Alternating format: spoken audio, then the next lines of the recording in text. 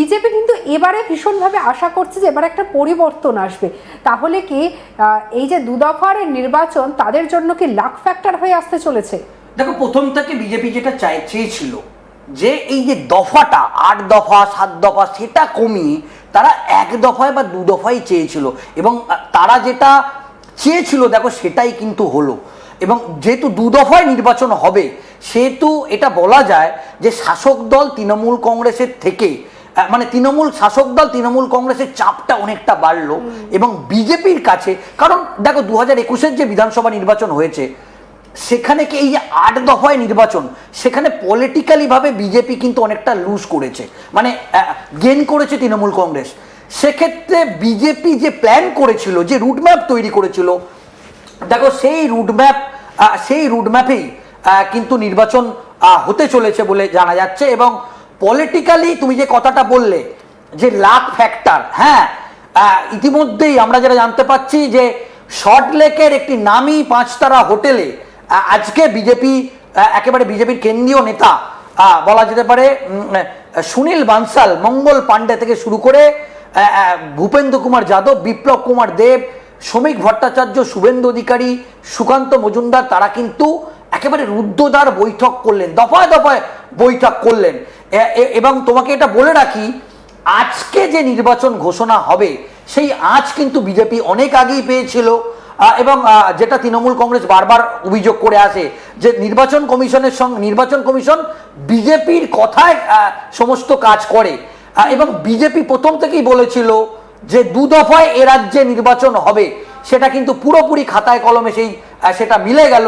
এবং পলিটিক্যালি যদি তুমি যে কথাটা দিয়ে শুরু করলে যে লাক ফ্যাক্টর, হ্যাঁ, বিজেপি যে সাংগঠনিক বৈঠক করলো সেখানে আমরা যেটা দেখলাম, বৈঠক শেষ করে যখন বেরিয়ে এলেন তাদের বডি ল্যাঙ্গুয়েজ এটা যেন স্বস্তির নিঃশ্বাস। একদম।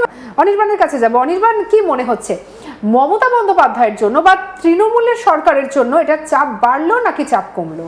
দেখো, এই মুহূর্তে দাঁড়িয়ে চাপ তো অবশ্যই একটা, যখন যে কোনো রুলিং পার্টির কাছে 1 দফা ভোট হওয়া এবং তার পাশাপাশি 8 দফায় ভোট হওয়া, এর মধ্যে একটা ডিফারেন্স রয়েছে। এবং মূলত চাপ কোথাও গিয়ে তৃণমূল কংগ্রেস চাইছিল যে দফা হয়তো বেশি ভাগ করেই ভোট হবে। কারণ যেমনটা আমরা জানি যে যখন জ্ঞানেশ কুমারের সঙ্গে সর্বদলীয় বৈঠক হয়, সেই বৈঠকে কিন্তু বাকি দলগুলো বললেও তৃণমূল দফা নিয়ে কোনো কথা বলেনি বা সেই সময় কোনো আলোচনাও হয়নি। ফলে সে জায়গায় দাঁড়িয়ে স্পষ্টত কিছুটা চাপ তো বাড়বেই। কিন্তু মুখ্যমন্ত্রী মমতা বন্দ্যোপাধ্যায় আজকে যে মাস্টার স্ট্রোকটা দিয়ে দিল ঠিক ভোট ঘোষণা হওয়ার আগে, এবং তার আগেই যেখানে ডিএ এত বাকি ছিল সেই বকেয়া ডিএ যে দেওয়া, এবং তার পাশাপাশি একেবারে বলা যায় যে এই ইমাম ভাতা বা এই মোজ্জেম ভাতা, পুরোহিত ভাতা, এই যে বাড়ানো, এইটা তার পাশাপাশি কিন্তু যুবসাথী এবং লক্ষ্মীর ভাণ্ডার এগুলো তো আগে হয়েই গেছে। ফলে সে জায়গায় দাঁড়িয়ে এখন এটাই দেখার যে পুরো বিষয়টাকে কিভাবে পোর্ট্রে করে দুটো দল, অর্থাৎ বিজেপি এবং তৃণমূল, তারা এই যে 2 দফায় ভোট কিভাবে অ্যাডভান্টেজ কে নেয়। কারণ মুখ্যমন্ত্রী মমতা বন্দ্যোপাধ্যায় তিনি কিন্তু স্পষ্টত আমরা দেখি যে তিনি যখন তখন যে কোনো ধরনের চাল দেয়, এবং রাজনৈতিক চাল কিন্তু বেশ বলাই যায় যে মুখ্যমন্ত্রীর কাছে, মমতা বন্দ্যোপাধ্যায়ের কাছে তিনি বর্ষিয়ান রাজনীতিবিদ, এবং সে জায়গায় দাঁড়িয়ে কিন্তু দীর্ঘ 3 বার তিনি মুখ্যমন্ত্রী থেকেছেন এবং রাজ্যে বিভিন্ন ঘটনা ঘটেছে এবং সেটাকে বাইপাস করে কিন্তু তৃণমূল কংগ্রেস ক্ষমতায় রয়েছে। অর্থাৎ বলা যেতে পারে ভীষণ দুধে একজন রাজনীতিবিদ মমতা বন্দ্যোপাধ্যায়। আমাদের কাছে ইতিমধ্যে অরূপ রায়ের বক্তব্য এসে পৌঁছেছে। এই যে ঘোষণা করা হলো 2 দফার নির্বাচন, তারপরে কি বলেছেন মন্ত্রী, শুনবো। কোনো অসুবিধা নেই, আমরা সবসময় প্রস্তুত। দল যেভাবে আমাদের নির্দেশ দেবে সেইভাবে আমরা কাজ করব। দলের নির্দেশ পেলেই আমরা কাজ করব। আমাদের দল এখনও প্রার্থী ঘোষণা করেনি, প্রার্থী ঘোষণা করবে। যেই প্রার্থী হোক তার হয়ে আমরা কাজ করব একসঙ্গে। এবং আমরা এর আগে যেমন 3টে ভোটে আমাদের মানুষ জিতিয়েছে, মানুষের আশীর্বাদে, মামাটি মানুষের আশীর্বাদে, বাংলার মানুষের আশীর্বাদে আমরা বিপুল ভোটে আবার নির্বাচিত হবে। এখনো পর্যন্ত ফাইনাল ভোটার লিস্ট হয়নি। 60 লক্ষের ফাইনাল ভোটার লিস্ট হয়নি, সমস্যা আছে, একটা সমস্যা তৈরি করার চেষ্টা হয়েছে বিজেপির পক্ষ থেকে। কিন্তু যতই সমস্যা তৈরি করুক,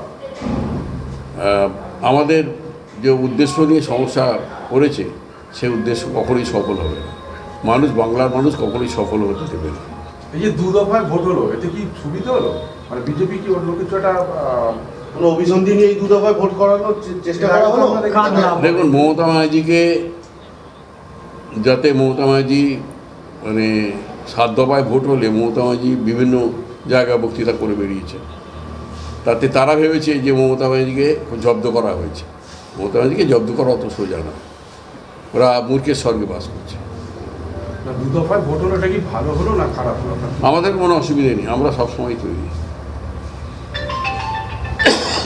এতে কি অশান্তি এড়ানো যাবে?